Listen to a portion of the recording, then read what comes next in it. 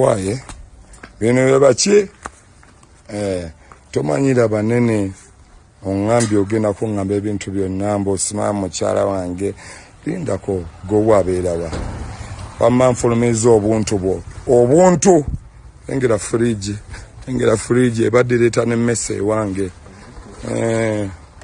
nkugambe weetonde oganye watch me engera buddulowa mako nange njagala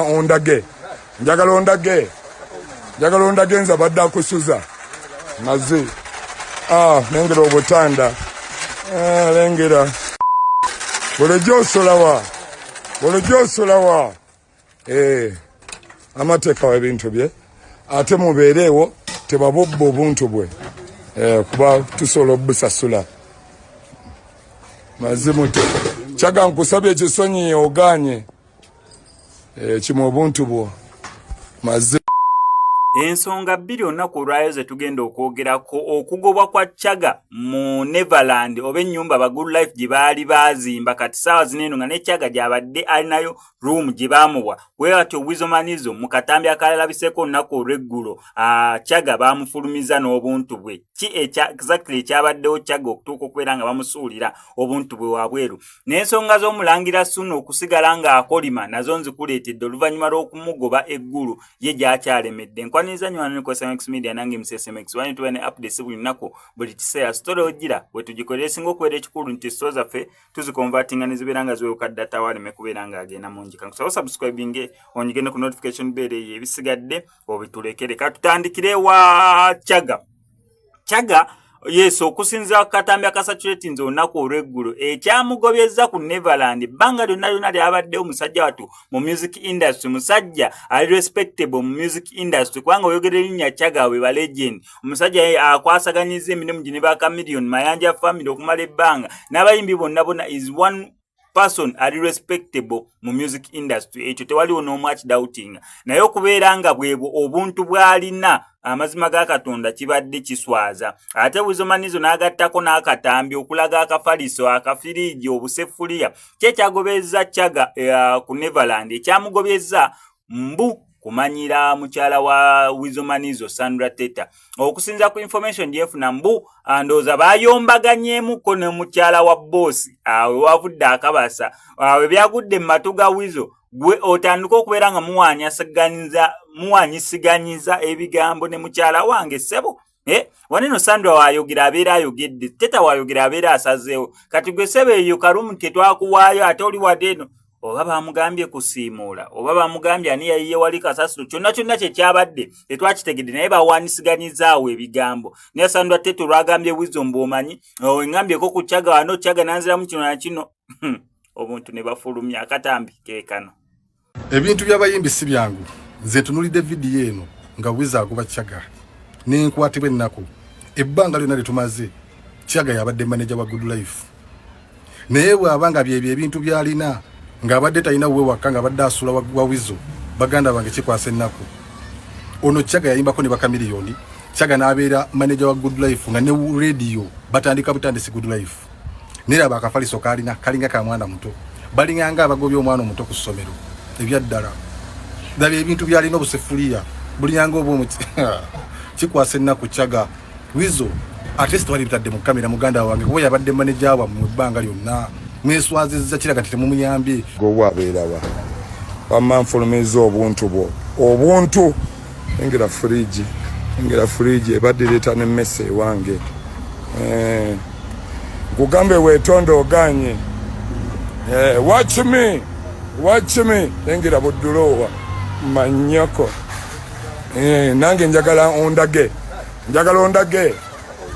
ondage nza badde akusuza mazi nengera obutanda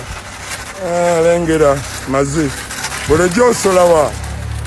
osulawa amateeka w'ebintu bye ate mubeereewo tebabubba obuntu bwe kuba tusobola obusasula mazimute Kyaga nkusabye ekisonyi oganye kimu obuntu bwo bino bebaki tomanyira banene ongambye ogenda kungamba ebintu byonna mb'osimaa mukyala wange lindako gowabeerawa. Nsonga za Mulangira Ssuuna okubeera nga babagobye eggulu okusinza ku Jerusalem Sale ebbaluwa gye yawandiikira omukulu Eddie Kenzo ye yabategeeza n'agamba Eddie Kenzo okwasaganya abayimbi bo obagambe baleme kubeera nga bakola ki nga bakomawo eno eggulu okubeera nga basabiriza ssente nze ndi bize. Okusinza ku Mulangira Ssuuna ye agamba Eddie Kenzo talina busobozi bwa addressinga ensonga ze nnene zisukka ku Eddie Kenzo ayagala Jerusalem Sale yabaza addressinga kati ono tumulekerani akatambikanga kuwebuli.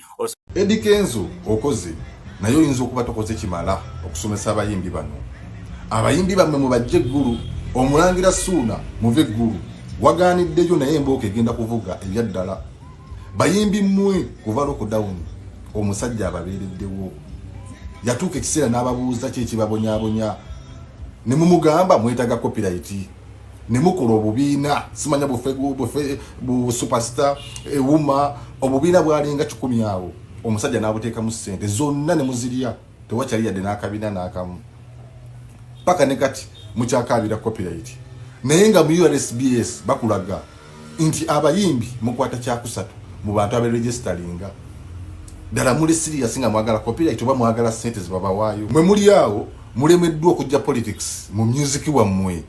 At least mukozese Kenzo kuba federation bagiteeka mu ssente kuyamba mmwe bayimbi okitegeera babasomese chiche mwetagisa okukola okubanga musobola okufuna copyright. Temuli registered muli awo mwerwanisa mbuze njagala president mbusimanyanza ate mpagira NRM mpagira NUP ebyo mubijja mu music mulwanirye chiche mwagala. Musingo kwewunyisa nti wana bawandiika obutabo bakwata kisooka mu sectors ze registering mu URSBS ebyaddala abayimbi bakwata kyakusatto kyogamba abo butabo basinga abayimbi okukola ssente. Bayimbi tubeere serious. Wano bakulaga ssente gavumenti zezenge bateekangamu nga zigana mu bitundu ebyenjawulo